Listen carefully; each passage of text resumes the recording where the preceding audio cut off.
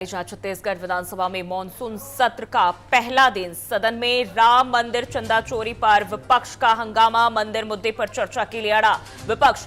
सदन की कार्यवाही कल सुबह 11 बजे तक के लिए स्थगित कर दिए गए हैं और विधानसभा अध्यक्ष डॉक्टर रमन सिंह ने घोषणा की है। तो आपको बताते चले, मंदिर मुद्दे पर चर्चा के लिए विपक्ष अड़ा हुआ है और ऐसे में ये कार्यवाही स्थगित कर दी गई। छत्तीसगढ़ विधानसभा के मॉनसून सत्र के पहले दिन राम मंदिर चंदा चोरी के मामले को लेकर विपक्ष ने जोरदार हंगामा किया और विपक्ष ने पूरे मुद्दे पर तत्काल चर्चा कराने की मांग करते हुए सरकार को घेरने का प्रयास किया। विपक्षी सदस्यों के लगातार शोर शराबे और नारेबाजी के कारण सदन की कार्यवाही सुचारू रूप से नहीं चल सकी। हंगामे को लेकर अध्यक्ष डॉक्टर रमन सिंह ने सदन की कार्यवाही मंगलवार की सुबह 11 बजे तक के लिए स्थगित करने की घोषणा की और सत्र के पहले दिन अन्य विधायी कार्य प्रभावित रहे और राजनीतिक माहौल गर्म रहा। और इसी खबर पर ज्यादा जानकारी के साथ अमर सदाना स्टेट हेड छत्तीसगढ़ से हमारे साथ लाइव जुड़े हुए हैं। अमर, देखिए, विधानसभा के सत्र के पहले दिन और जबरदस्त हंगामा, क्या कुछ तस्वीरें देखी गई आज?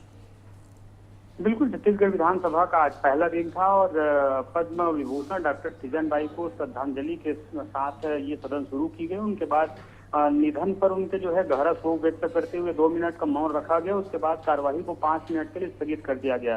इस पर श्रद्धांजलि प्रस्ताव पर बोलते हुए मुख्यमंत्री विष्णुदेव साय ने कहा कि तीजन बाई ने पंडवानी की जो कायालिप शैली है उनको पूरा देश में और विदेशों में भी अपनी अद्भुत कला से छत्तीसगढ़ के जो संस्कृति है उसको वैश्विक मंच पर पहुंचाया है। और उन्होंने कहा कि जो कठिन सामाजिक परिस्थितियों के बावजूद भी तीजन बाई ने अपने संघर्षों के साथ जिस तरह से लोक कला को छत्तीसगढ़ नहीं पूरे विश्व में फैलाया है उसको लेकर एक सराहनीय पहल है और ये एक प्रकार से क्षति मानी जा रही है। दूसरी ओर राम मंदिर के मुद्दे पर छत्तीसगढ़ में ये हंगामा देखने को मिला।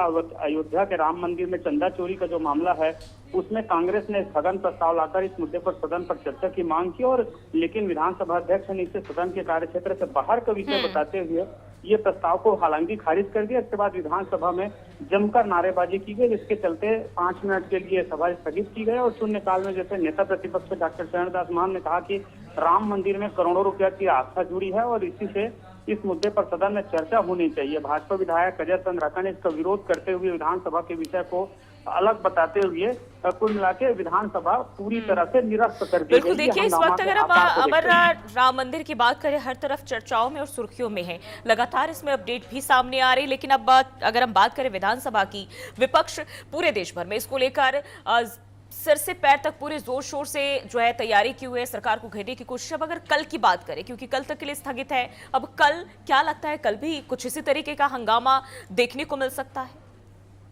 बिल्कुल, देखिए, नकटी गांव में जिस तरह से अवैध जो मकान टूटा है उसको लेकर के विपक्ष स्थगन आदेश लाएगी और इस स्थगन आदेश में सरकार को घेरने की तैयारी करेगी और इसे लेकर के भी कल हंगामा के आसार बने रहेंगे। इसी तरह के स्थिति कल भी देखने को मिलेंगी। हालांकि देखिए, आज पूर्व मुख्यमंत्री भूपेश बघेल ने कहा कि जो 12 फरवरी 2021 को श्री राम जन्मभूमि जो क्षेत्र है उसमें ट्रस्ट में 1,21,000 का चंदा दिया था। उन्होंने दावा किया है कि उनके जैसे लाखों श्रद्धालुओं ने निर्माण में चंदा दिया था। चंदा चोरी हो रही है, तो कुल मिलाकर इसमें चर्चा कराने का विषय है, ये आज का विषय रहा।